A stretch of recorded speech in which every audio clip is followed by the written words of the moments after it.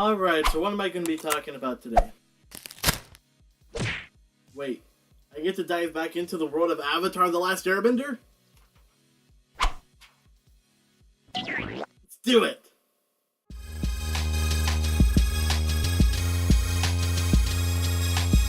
Hey dudes, I'm Channel Master Jake, and Avatar: The Last Airbender is awesome! With fully fleshed out characters, a creative world, and an interesting power system, Avatar came out swinging in 2005, and has since claimed a part of many a nerd's heart, including my own. However, even though something's great, that doesn't mean that people don't have problems with it. And in the case of Avatar, one of the biggest issues viewers have with it is its ending. They say it's rushed, it makes no sense, and mostly that it's a Deus Ex Machina. But I personally never had any problems with the ending. Why is that? I'm not sure, but today we're going to be checking to see if the ending really is a Deus Ex Machina. Since this is the most common complaint, I feel it's the most important one to tackle. And spoilers for the ending of Avatar: The Last Airbender. First off though, in the interest of being thorough, because I'm all about that on this channel, we're going to look at the setup for the series finale. For all of Season 3, Aang, our favorite pacifist airbending monk, has been torn by the thought of probably having to kill the evil Fire Lord Ozai to end the 100-Year War.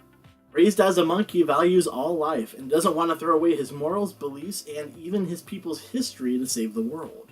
So when the time comes for the final showdown with the Fire Lord, during a comet passing by that gives firebenders a huge power boost, Aang is uncertain about what to do, even as he fights for his own life.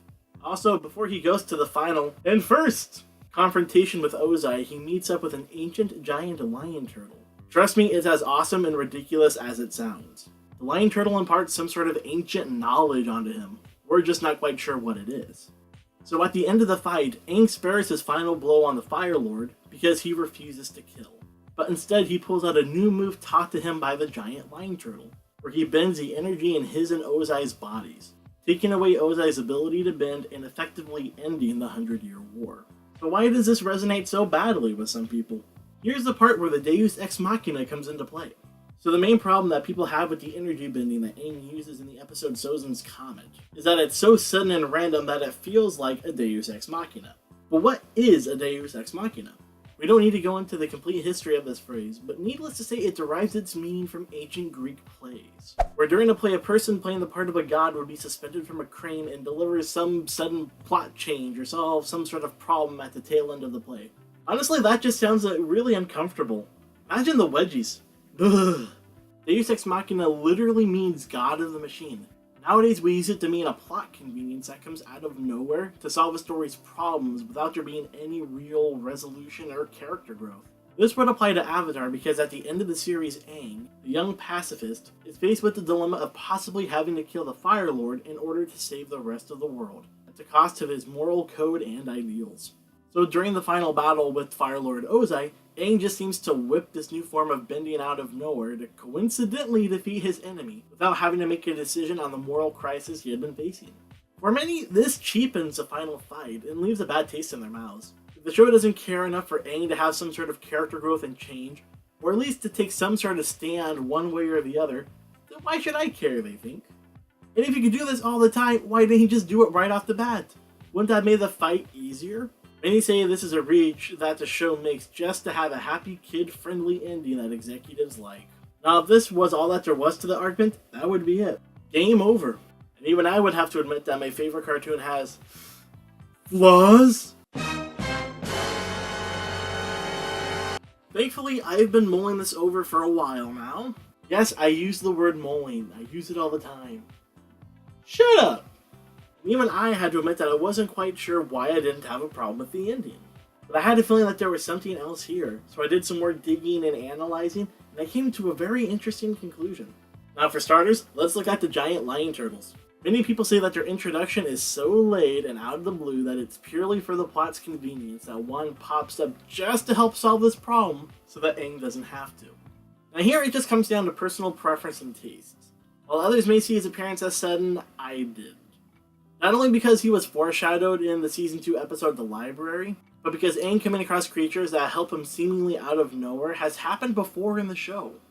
For instance, the first time Aang entered the spirit world, Roku's dragon Fang came out of nowhere to bring him to a place where he could learn from Avatar Roku.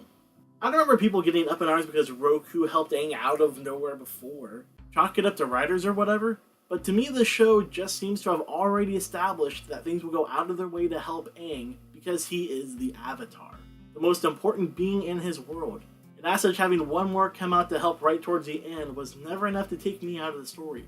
Also, with the show having the theme of balance, it makes sense that things would be moving towards returning balance back to the world through Aang.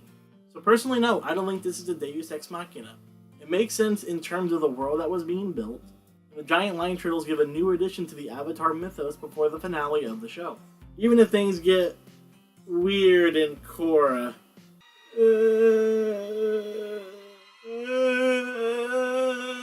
However, I will give critics this. Yes, it probably would have been better if the giant lion turtles were introduced before the ending of the show.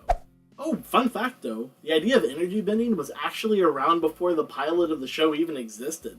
The creators, Mike and Brian, long may they reign, knew this was something they wanted to use, and so they kept it for the ending of the show. And now we finally arrived at the main part of the video. The part that many claim as the moment that the show jumped the shark, when Aang energy bends and takes away Ozai's bending forever. But, what if I tell you it actually makes complete sense? See, when the giant lion turtle talks to Aang at the end of Sozin's Comet Part 3, we don't actually hear what he tells him until Part 4, where it's revealed that in order for one to energy bend, their own will and spirit must be unbendable. So why is this important? See, for the entire season, Aang's been troubled over the idea of killing someone. Heck, he's such a passive guy that he won't even eat any meat. And that's pretty hardcore because meat's pretty good. Right, Sokka? Come on, Aang. Everyone here eats meat. Even the meat. Even when it comes time for him to fight the Fire Lord, he's conflicted inside. And this conflict is pretty clear in the fight. Eventually, Aang has Ozai on the ropes through the use of the Avatar state. But right before he goes through with it and kills him, he turns it off and lets him live. It's here that Aang has finally reached his decision. He refuses to take a life. Any life. And it's here, after he's made his choice, that his mind and spirit are finally at peace. So when Ozai tries to get in another shot, Aang is able to use energy bending to take away his bending forever. See, it's only after Aang makes his choice and sticks with it that he is finally whole and not being torn in different directions. It's with this newfound solidarity that Aang is able to attempt energy bending. And now that he's confident in his beliefs, his spirit is unbreakable, strong enough to overpower the Fire Lords. He faced his ethical dilemma and chose to keep doing what he's always been doing. And his character is rewarded with this right decision by finally having the strength of spirit to defeat Ozai without taking his life. It's because of this that I believe Aang being able to energy bend to take away the Fire Lord's power isn't a Deus Ex Machina. Whew, alright. I don't know about you guys, but after doing the research for this video, my view on the ending has completely changed. I mean, sure, it never bothered me to begin with, but I heard the criticisms and they made sense to me. I just never felt like they were true.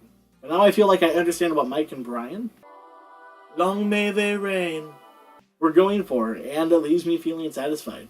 In bonus, I got to look deeper into a fantastic show that everybody should watch. I mean, I know kids nowadays are into the Teen Titans Go and stuff, but trust me, this show was and still is the shiz. Shiz? Man, do I feel old right now. But what do you guys think? How do you feel about the way Avatar ended? Do you think the ending was a Deus Ex Machina? I mean, you shouldn't after this video, but whatever. And who is your favorite character from the Avatar universe? Mine is Sokka. He's both hilarious and endearing. Leave a comment down below and holler at me. I respond to all of them, even the mean ones. Like the video if you liked it, only if you liked it, and I'll see you dudes in the next one. Boop. You made it all the way to the end. Thanks. I've got a question for you all today. Does anyone know during that final battle how Aang got access to his Avatar state powers again? Because I cannot figure this out. If you do know, leave a comment telling me or tell me via Twitter or Facebook. I always respond. Info is in the descriptions. Well, gotta go. Bye!